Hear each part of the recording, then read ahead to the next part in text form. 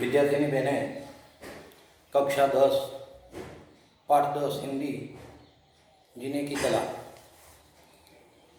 आज हम गद्य 10 जीने की कला में, जिनके लेखक हैं मौलाना अब्दुल कलाम आज़ाद, उसके बारे में बताया गया है कि आज का वातावरण या माहौल ऐसा बन गया है कि मनुष्य को जैसे कृत्रिम बना दिया है और वह जीवन का लक्ष्य जो आनंद की प्राप्ति करना होता है, जिसे सिद्ध करने में ही लगे रहना चाहिए, मगर आज वो भूल चुका है।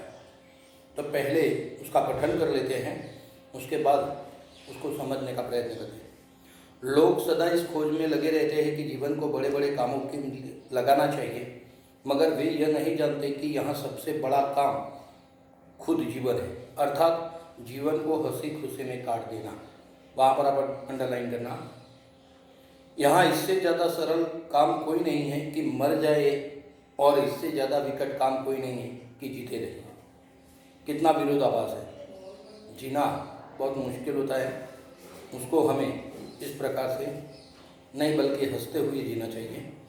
जिसने यह मुश्किल हल कर ली, उसने जीवन की सबसे बड़ी गुत्थी यानी समस्या को सुलझा दिया। सुलझा देना यानी समाधान करना। मेरा ख्याल है कि प्राचीन चीनियों ने जीवन की समस्या को ठीक समझा था। एक प्राचीन चीनी वाक्य में पूछा गया है कि दुनिया में सबसे बुद्धिमान आदमी कौन है?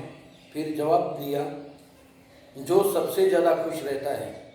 इससे हम चीनियों का जीवन संबंधी दृष्टिकोण समझ सकते हैं। वहाँ पर भी आप अंडरलाइन कर दीजिए कि जो ज़्यादा खुश रहता है वही सबसे ज़्यादा बुद्धिमान है। अगर आपने संसार की हर स्थिति में प्रसन्न रहने की कला सीख ली है, तो विश्वास कीजिए कि आपने जीवन का सबसे महान काम सीख लिया है। अब आप इसके बाद सवाल की ज़रूरत ही नहीं रही, आपने और क्या क्या सीखा है। खुद भी खुश रहिए और दूसरों को भी खुश रखिए। कहते हैं कि अपने चेहरे उदास न होने दें। आजकल के एक फ्रांसीसी लेखक आंद्री गील, वहाँ अंडरलाइन कीजिए, एक बात मुझे बहुत भाई जो उसने अपनी आपबीती में लिखा था।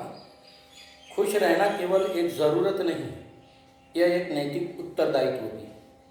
मतलब यह कि हमारे व्यक्तिगत जीवन का प्रभाव हम तक सीमित नहीं रहता, वह औरों पर भी पड़ता है, वह दूसरों को भी पकड़ता है। या यूँ कहिए कि हमारे सुख दुख की छूट दूसरों को भी, मतलब बीमारी दूसरों को भी लगती है। इसीलिए हमारा कर्तव्य है कि न आप उदास हो, न दूसरों को उदास करें। हमारा जीवन एक शीशागर है। यहाँ हर चेहरे का प्रतिबिंब एक समय में सैकड़ों शीशों पर पड़ता है। अगर एक भी चेहरा या उसकी छाया भी आ गई, तो वह छाया सैकड़ों चेहरों पर छा जाएगी।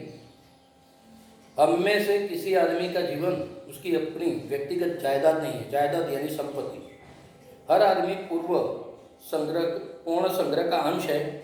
दरिया में एक लहर अकेली उठती है, मगर उस एक ही लहर से अनगिनत लहरें बन जाती हैं। हर आदमी यहाँ हमारी कोई बात भी सिर्फ हमारी नहीं है। हम जो कुछ अपने लिए करते हैं, उसमें दूसरों का भी भाग होता है। हमारी कोई खुशी भी हमें खुश नहीं कर सकेगी अगर हमारे चारों तरफ उदास चेहरे जमा हो जाए। हम खुद खुश रहकर दूसरों को खुश करते हैं और दूसरों को देखकर खुद खुश होने लगते हैं। यह अजीब बात है कि धर्म, फिलोसॉफी और सदाचार तीनों ने जीवन की समस्या हल करनी चाहिए, और तीनों में खुद जीवन की विद्युत भाव उत्पन्न हो गया।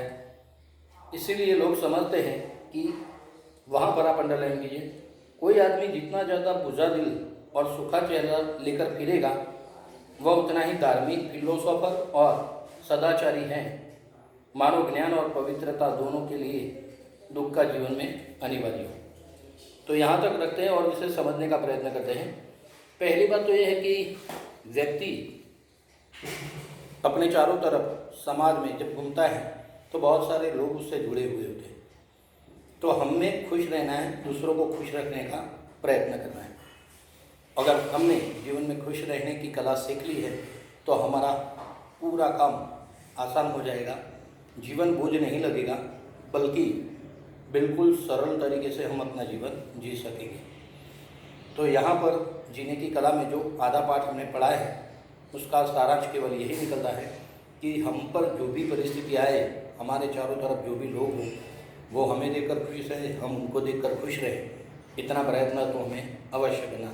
क्योंकि हमारी व्यक्तिगत समस्याएं होगी, अगर दूसरे व्यक्तियों की भी अपनी समस्याएं होगी, सब लोग उदास होकर फिरेंगे तो खुश कौन रहेगा। इसलिए उदास न होकर अच्छी तरह से जीवन जीना, इसको समझाने का प्रयत्न किया गया। अब दूसरा वीडियो भेजेंगे तो उसमें उससे आगे का जो भी भावार्थ है वो आपको समझाएंगे। धन्यवाद।